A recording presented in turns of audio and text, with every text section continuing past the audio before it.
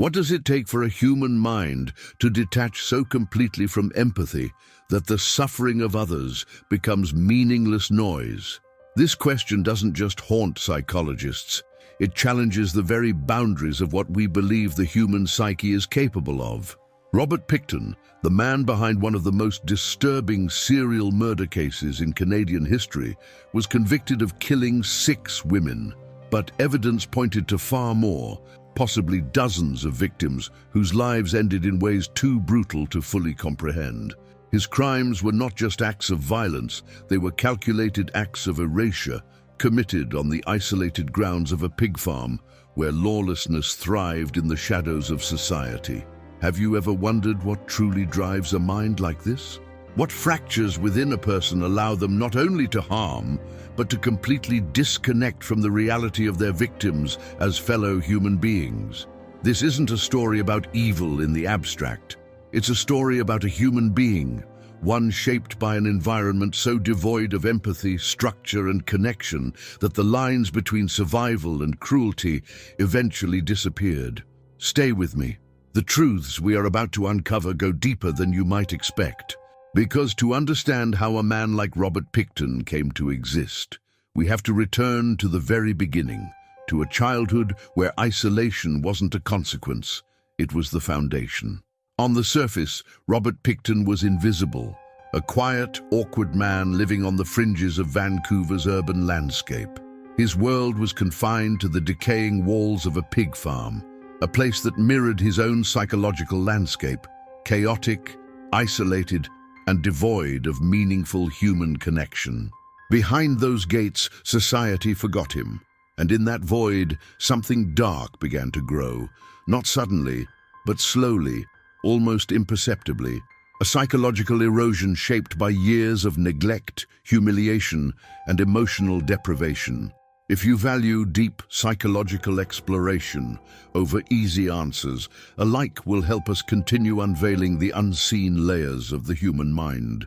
And if you're drawn to real psychological inquiry, not sensationalism, not simplifications, take a moment to verify if you're already subscribed to Criminal Psychology Unmasked. This space exists to analyze, to question, and to confront the uncomfortable truths about the human psyche, never to glorify or excuse, because understanding a mind like Pickton's isn't about excusing the horror.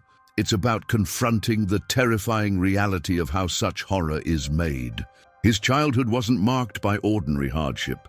It was shaped by a mother whose control was absolute, whose cruelty was disguised as discipline, and by a father so absent that his presence barely registered at all. From his earliest years, the lessons were brutal and consistent.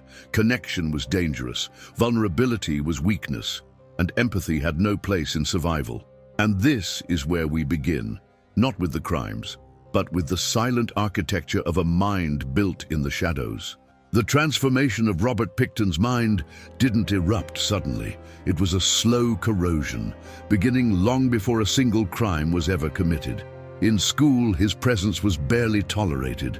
Classmates mocked him relentlessly for his filthy clothes, the persistent odor of the pig farm clinging to his skin, and his difficulty articulating words. Teachers described him as withdrawn, often staring blankly, disconnected from the world around him. These weren't just moments of childhood cruelty. They were the early fractures in his developing identity. Witnesses from his adolescence would later recount how Pickton seemed to drift between invisibility and ridicule, never fully accepted, never truly seen. His inability to form connections became more than just a social struggle. It shaped his perception of the world. Isolation wasn't just his reality, it became his refuge. And within that isolation, a different set of rules began to take root.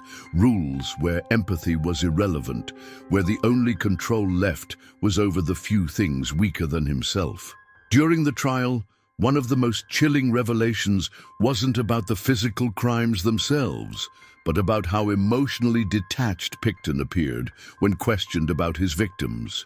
In one recorded interview, when asked how he felt about the women who vanished after visiting his farm, his response was disturbingly flat. "They're just gone."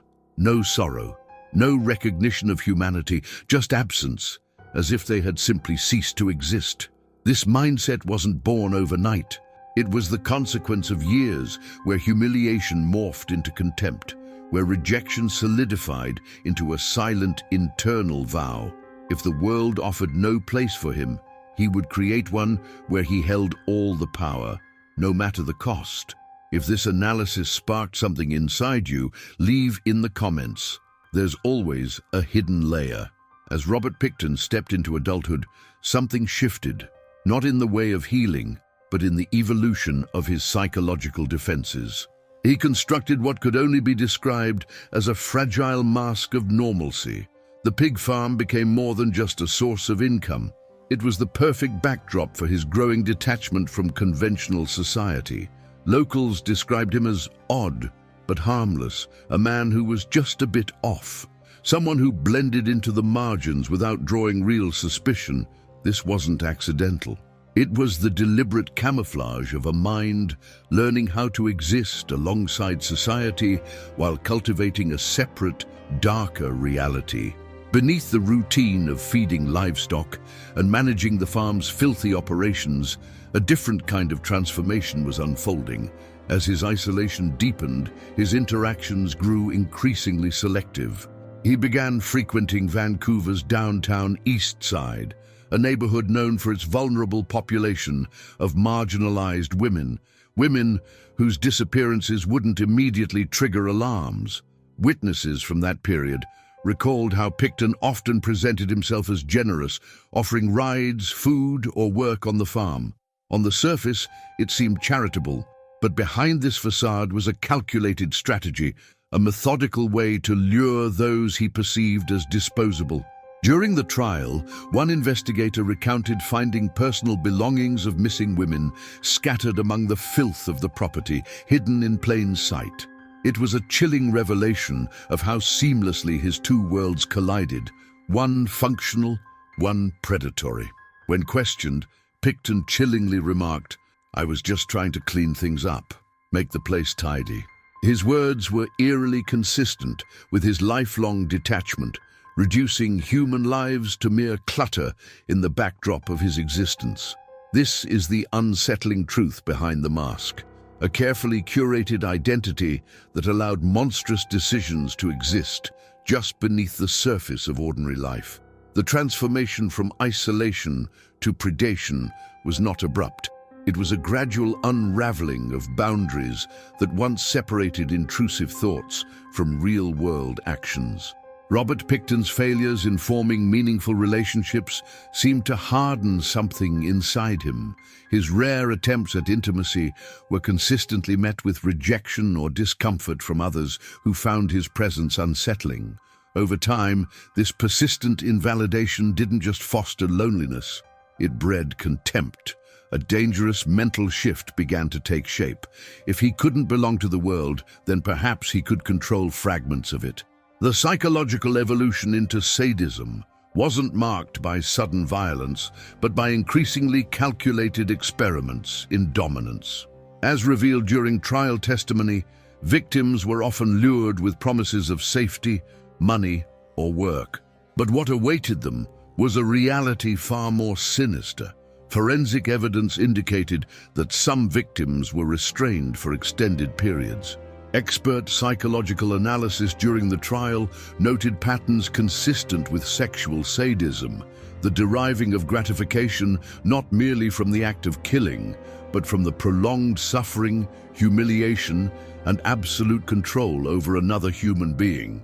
Pickton's own words, captured in a conversation with an undercover officer posing as a cellmate, delivered one of the most chilling insights into his mindset. Speaking about the murders, he said with unsettling casualness, "I was going to do one more, make it an even 50. It wasn't just a statement of numbers. It was a glimpse into a mentality where human life was reduced to milestones in his private narrative of domination. This wasn't merely psychopathy in clinical terms. It was a perfect storm where narcissism, emotional detachment, and sadistic impulses fused into a coherent yet horrifying identity. Beneath the surface, behind the social mask, lay a truth so dark it challenges the very limits of human perception. Behind the courtroom doors, away from the media spectacle and public outrage, the psychiatric evaluations of Robert Pickton revealed truths far more disturbing than even the physical evidence could suggest. Forensic psychologists described a man exhibiting the highest measurable traits of psychopathy, a profile marked by extreme emotional detachment, manipulativeness, and an almost clinical inability to register the suffering of others. His mental landscape was not one of confusion or internal conflict, but of absolute clarity within his own distorted framework. Control, dominance, and erasure were not byproducts of impulsivity, but conscious decisions embedded in his identity.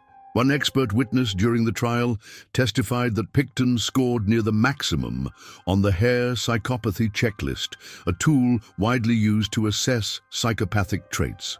This wasn't a surprise to investigators who had already witnessed his chilling lack of remorse.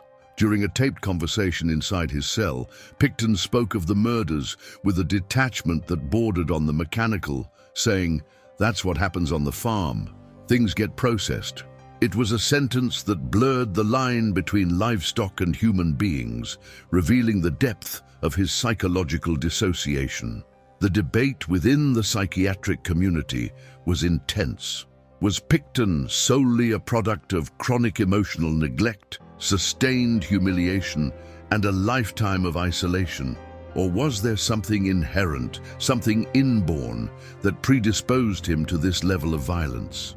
Modern research points to a confluence, a dangerous intersection where genetic vulnerabilities meet environmental trauma, triggering the emergence of violent psychopathy. The hidden monster wasn't just a man. It was the culmination of decades of invisible damage, manifesting in ways society failed to detect until the impact became undeniable. In the end, the truth that emerged from behind the clinical reports and courtroom testimonies wasn't just about Pickton. It was about how little we truly understand the darkest corners of the human mind. The timeline of Robert Pickton's crimes paints a haunting portrait of how horror can unfold quietly, unnoticed for nearly 2 decades. Between 1983 and 2002, women from Vancouver's downtown east side began disappearing at an alarming rate. Patterns emerged, whispers grew louder, yet the connection to Pickton's pig farm remained invisible, hidden behind a facade of rural obscurity and a society too willing to overlook those it deemed marginal. The real revelation came in February 2002, when police executed a search warrant on the farm, initially unrelated to murder. What they uncovered shifted the investigation overnight from suspicion to undeniable horror. Inside the cluttered chaos of the property, investigators found personal belongings of missing women, bone fragments, blood traces, and DNA evidence so overwhelming that one detective described it as a graveyard disguised as a farm. Among the most disturbing discoveries were human remains mixed with animal waste, suggesting a chilling level of psychological dissociation. When confronted, Pickton offered a statement so devoid of emotion it stunned even seasoned officers. "They're all just things now. Just things." His words encapsulated the complete erasure of identity, both his victims and, in a way, his own. The trial began in 2007, culminating in his conviction for 6 counts of second-degree murder. This was a legal strategy, focusing on the strongest evidence, though the remains or DNA of at least 26 women were recovered from the farm. Behind the scenes, the courtroom became a space where the limits of law collided with the limits of comprehension. How does a society reconcile the fact that such monstrous acts occurred in plain sight for years? Pickton was sentenced to life imprisonment with no possibility of parole for 25 years, the harshest penalty under Canadian law at the time. Yet for many, the sentence felt almost symbolic compared to the scale of devastation left behind.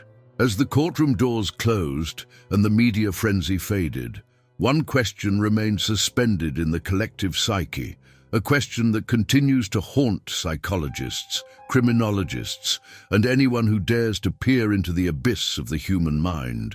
Was Robert Pickton simply the tragic consequence of relentless trauma, emotional deprivation, and social rejection? Or was his mind always wired differently, predisposed to predation, merely waiting for the right conditions to activate something far darker, far more primal? The psychiatric reports offered no simple answer. Neither did the endless hours of trial footage, where jurors watched Pickton sit in near-total emotional vacancy as forensic experts described in harrowing detail how human remains were recovered from buckets, freezers, and soil soaked with decades of hidden atrocities. One investigator recalled how, even during his interrogation, Pickton displayed a chilling absence of typical emotional markers. No guilt, no panic, only a detached frustration that the investigation had disrupted his life. When asked whether he understood the gravity of what he had done, his response was eerily consistent with the fragmented identity he had built over a lifetime. "They were already broken. I just finished it." A sentence that strips away the veil of justification and reveals the terrifying architecture of his mental framework. This case forces an uncomfortable confrontation with the truth. The boundary between dysfunction and monstrosity is disturbingly thin. Behind every headline and every courtroom testimony lies a revelation that society often fails to recognize the seeds of darkness until the impact becomes catastrophic. Some wounds are visible, others remain buried, stitched deep into the architecture of the psyche, where they grow silently until it's far too late to stop what's already become inevitable. When we examine the story of Robert Pickton, the deeper we look, the more disturbing the patterns become. His crimes weren't sudden explosions of violence. They were the final expression of a mind long shaped by layers of isolation, humiliation, and a complete erosion of empathy. What makes this journey even more unsettling is realizing how invisible these fractures remained to the world around him. For nearly 2 decades, a man capable of unspeakable brutality existed in plain sight, running his farm, blending into the outskirts of a community that, perhaps unknowingly, became the silent backdrop to something monstrous. And yet, as terrifying as his actions were, the real weight of this case doesn't lie solely in what he did, but in the journey that led him there. Was it simply a life shaped by cruelty and abandonment, or was there something inherent in his psychological makeup, something that predisposed him to this path? The truth is never simple. Behind the forensic evidence, behind the clinical diagnoses and courtroom testimonies, remains a question that no sentence can resolve. How does a human mind fracture this deeply? If reflections like this resonate with you, if you believe that understanding the criminal mind demands more than labels, more than headlines, then this space, Criminal Psychology Unmasked, was made for you. Check if you are already subscribed, and if not, consider joining this exploration into the darkest corners of the human psyche. Here, we don't simplify, we don't excuse, we analyze, we question, and we look where most prefer to avert their eyes. If you value serious psychological inquiry over sensationalism, leaving a like lets us know this kind of exploration matters. And I invite you to share your perception in the comments. Right below, there's always a deeper origin, because every voice here helps us look further, think deeper, and confront what so often remains hidden. The next case is already waiting. Another mind, another story, another confrontation with the unsettling truth about what humans are capable of becoming. And I'll be waiting for you in the next video.